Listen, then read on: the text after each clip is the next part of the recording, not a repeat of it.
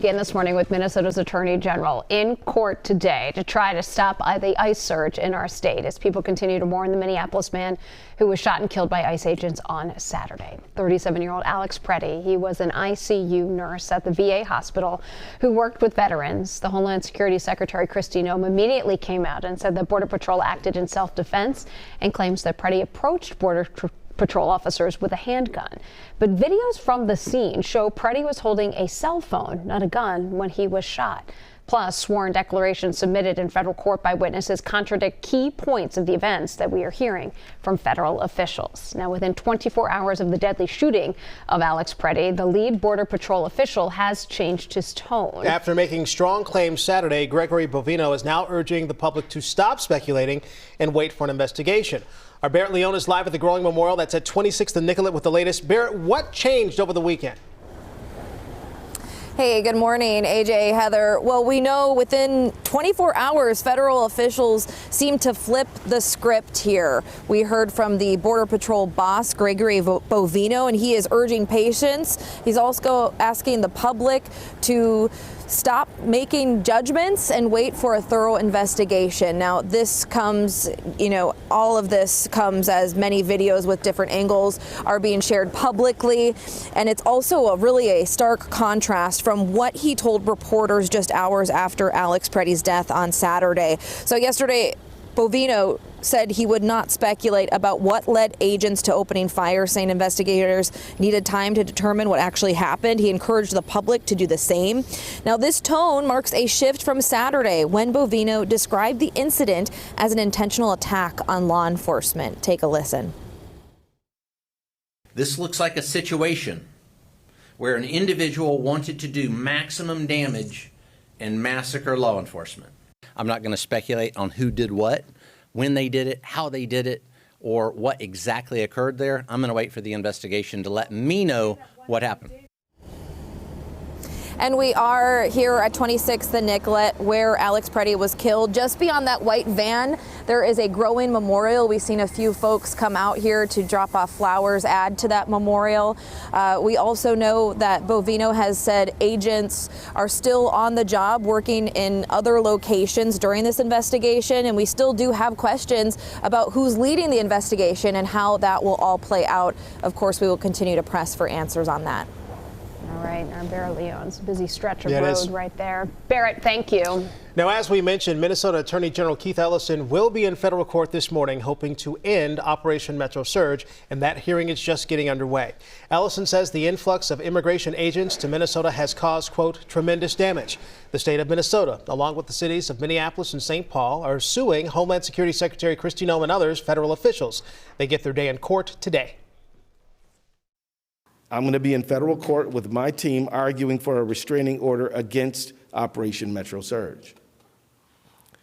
I filed this case almost 2 weeks ago, and this will be our first hearing. The lawsuit we filed is one that is caused by the unprecedented nature of this surge. It is a novel abuse of the Constitution that we're looking at right now.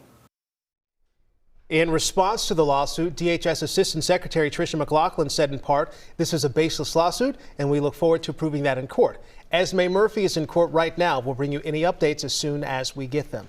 Now, in another court case, a federal judge issued a temporary restraining order barring the Department of Homeland Security from destroying evidence from Saturday's shooting. That comes after the Minnesota Bureau of Criminal Apprehension sued over concerns that it could be compromised. There will be a court hearing scheduled for this afternoon related to this order for defendants who raise any objections. Now, the BCI and the Hennepin County Attorney's Office sought that temporary restraining order late Saturday, so no evidence is destroyed or altered.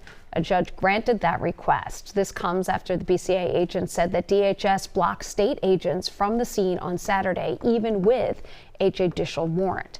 And Governor Walz made an appeal to President Trump to pull back the influx of agents in the state, which authorities have called the largest immigration operation ever. Attorney General Pam Bondi said that the administration would be willing to reconsider the ICE surge so long as Minnesota meets her demands. So she gave a list of 3 things that she wants leaders to do to come to what she calls common sense solutions. Number 1, she says share records related to Medicaid and food assistance programs to investigate fraud. Number 2, repeal what she calls sanctuary policies. She says removing, quote, illegal aliens will make Minnesota safer.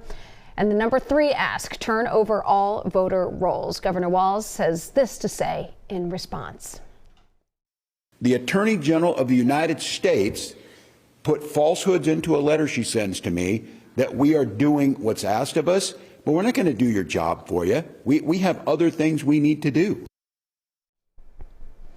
Minnesota Secretary of State Steve Simon also responded, saying Bondi's letter is, quote, an outrageous attempt to coerce Minnesota into giving the federal government private data on millions of U.S. citizens in violation of state and federal law. Now, within the last 2 hours, President Trump announced that he is sending his border czar, Tom Homan, here to Minnesota. President Trump saying on social media he has not been involved in that area, but knows and likes many of the people there. Tom is tough but fair and will report directly to me, end quote. We're also learning more about an overnight protest. This is at Home to Suites by Hilton on University Avenue in Minneapolis. Take a look here. You'll see graffiti, a broken window in the aftermath right there. Minnesota Department of Public Safety says the State Patrol and DNR were called to assist MPD. DPS says the 2 groups were working to encircle the group for arrests because the demonstration was not peaceful.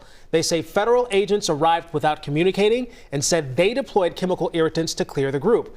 We reached out to police on if there were any injuries or arrests. We're also learning more about the man who lost his life on Saturday. Friends and family say Alex Pretti was a kind-hearted soul, also an ICU nurse who made life better at the VA. Today we remember that freedom is not free. We have to work at it, nurture it, protect it, and even sacrifice for it. May we never forget and always remember our brothers and sisters who have served so that we may enjoy the gift of freedom. So in this moment. So this was video that was shared by a veteran's son. This is of Pretti reading his father's final salute. He says that his father would be honored by Pretti's sacrifice. Now, Pretti's parents tell the Associated Press he was born in Illinois and raised in Wisconsin. They've described him as an avid outdoorsman. He's a biker, he's a hiker. They say Pretti did own a handgun, but also had a permit to carry. We looked into his criminal background. We found 3 minor traffic tickets. Heather Zielinski has known him for 2 decades and says he stood up for what he believed in and lost his life for it. Absolutely, he was standing up for someone. Absolutely, he was standing up for that woman that he was trying to help up.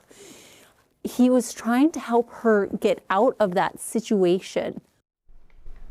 His parents released a statement saying Alex's last thought was to protect a woman, that Alex was a kind-hearted soul who cared deeply for his family, his friends, and the veterans he cared for as that ICU nurse. Now, coming up in our second half hour, we're hearing from a witness to Saturday's shooting who says several of them were arrested and detained after what they saw happened.